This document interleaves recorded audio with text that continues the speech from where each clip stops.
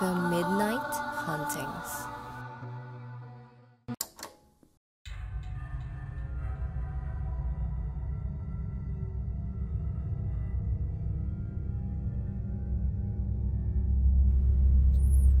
Magandang araw mga ka-midnight. Ako si Rex. Ang kwentong ito ay base sa isang sikat na pangyayari. At ito ay tungkol sa isang babae na nagkaroon ng nakakatakot na karanasan sa loob ng isang mall. Kung saan pinaniniwalaan niyang siya ay nadakip ng isang taong ahas. Mag-isa akong namimili ng mga damit sa isang kilalang mall ilang taon na ang nakalipas. Pakitago ako sa pangalang Queenie at ito ang aking istorya. May pupuntahan akong isang selebrasyon ng aking mga kaibigan kaya naisipan kong bumili ng maraming magagandang damit. Sanay ako mamili sa isang mall na yon at pakiramdam kong mas ligtas dito kaysa sa mga tiyangge sa labas. Habang nag-iikot-ikot ay naisipan kong magsukat ng aking mga nagustuhan. Sakto ay hindi masyadong matao sa tapat ng dressing room sa kanilang department store. Habang nagbibihis sa dressing room, ay nakaramdam ako na tila may nanonood sa akin. Maya-maya ay may narinig akong sumisit-sit na tila isang ahas. Nangilabot ang aking buong katawan at agad na nagbihis para makalabas sa mall. May bali-balita kasing isang taong ahas ang nakatira di umano sa mall na iyon. At nangunguha ito ng mga babae sa dressing room. Ayon sa mga balita, isang sikretong anak daw ito ng may-ari ng mga mall at nag-aalay sila dito para maging maswerte ang kanilang negosyo. Kinalabutan akong umuwi dahil sa aking narinig na kaluskos sa fitting room. Nang makauwi ako, ay nahimasmasan ako at kumalma na. Naisip kong malamang ay masyado akong natakot lang sa aking narinig at baka may ibang paliwanag sa kung saan nanggaling ang tunog na iyon. Ilang gabi ang nakalipas at nalimutan ko na ang karanasang iyon. Hindi din kasi ako masyadong naniniwala sa mga kwento-kwento na walang pinagbasehan. Naisip kong bumalik sa mall na iyon dahil may mga ibabalik akong damit na hindi kasya sa akin.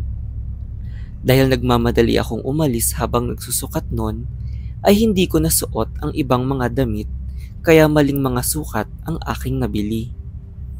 Saktong tapos na din ang aking pinuntahang okasyon kaya hindi ko na din magagamit ang lahat ng damit na aking pinamili. Naisipan kong papalitan na lang ng ibang gamit ang aking mga pinamili na pareho lang ang presyo. Pagdating sa mall, ay napansin kong kumonte ang mga pumupunta dito. Doon ko naalala na may isa na namang babae di umano ang nawawala na huling nakita sa mall na ito. Nakaramdam ulit ako ng kaba habang nagsusukat ng damit dahil sa mga nagdaang balita. Ayaw daw di umano magbigay ng tulong ng mall sa mga pulisya kaya mas kahina-hinala sila. Habang nagsusukat ay nakarinig ako ng kalampag sa sahig at bigla akong napasigaw. Bumuka ang sahig na aking kinatatayuan na tila isa itong patibong. Ang huli kong naalala ay nalaglag ako sa madilim na lugar at nawalan ng malay matapos tumama ang aking ulo. Pagising ko ay may tumambad sa aking harapan na nakakatakot na hugis. Nasa harapan ko mismo ang taong ahas. Isa itong malaking nilalang na may mahabang buntot at ulo ng ahas habang may braso at katawan ng tao. Nanlilisik ang mga mata nito at dahan-dahang lumapit sa akin. Agad akong tumayo at tumakbo papalayo. Kahit hindi ako pamilyar sa lugar, ay nagmamadali akong makalayo sa taong ahas na tila tumatawa habang sinusundan ako. Rinig ko ang pagkaluskos ng makaliskis nitong katawan kaya nagmamadali akong humanap ng lugar na pwede kong pagtaguan. Nanlamig ang aking buong katawan dahil sa takot at sa kagustuhang matakasan siya. Nang mapansin kong may isang kwartong pwedeng lusutan, ay nag-alangan ako dahil baka ito ay isang patibong. Sa kasamaang palad ay pinasok ko ito dahil wala akong ibang mapuntahan. Bumulaga sa akin ang dose-dose ng mga kalansay ng tao at isang malaking balat ng ahas. Doon ko naisip na ito ang pugad ng taong ahas at nabitag ako nito. Naghalughog ako ng mga gamit sa mga bangkay na pwedeng makatulong sa akin, ngunit biglang dumating ang taong ahas. Nagmamadali akong tumakas sa kwarto, pabalik sa madilim at mahabang mga pasikot-sikot ng mall. Maya-maya ay nakatanaw ako ng parte ng building na may butas at naisipan na isiksik ang aking katawan dito. Sa kasamaang palad ay saktong naabutan ako ng taong ahas. Binalot nito ang aking katawan ng mahigpit na lingkis ng katawang ahas nito. Inilapit niya ang sarili niya sa akin at tinatangka nitong hubaran ako. Nagpupumiglas ako sa kanyang kapit at may nakapa ako sa aking bulsa na aking nakuha galing sa mga bangkay na nakita ko. Isang kutsilyo ang naipuslit ko sa aking bulsa at sinaksak ko ang taong ahas. Nabitawan ako nito sa sakit ng aking pagbaon sa kutsilyo at nagsisisigaw ito. Kitang-kita ko ang pagtagas ng dugo niya at paggapang palayo.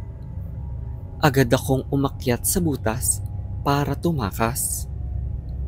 Ginapang ko ang masikip na daanan at nakalabas ako sa isang malaking paagusan ng tubig ng mall. Napansin kong umaga na at hindi ko namalayan na ilang oras na pala akong nagtago at tumatakbo sa ilalim ng mall. Mabuti ay may mga nakakita sa akin at tinulungan ako. Pagdating ng mga pulis ay kahina-hinalang wala silang nakita sa ilalim ng mall at malinis na agad ito. Ngunit kitang-kita nila ang aking mga galos at pinaniniwalaan nila ako, kaya mag-iimbestiga pa daw sila. Sa aking gulat ay nilapitan ako ng kinatawan ng mall. Inalok nila ako ng malaking halaga kapalit ng aking katahimikan. Ilang taon kong nilihim ang aking naging karanasan at hindi na nagsampa ng kaso dahil natakot din ako sa aking kaligtasan. Dahil baka bigla nila akong dakipin at ialay ulit sa isang taong ahas.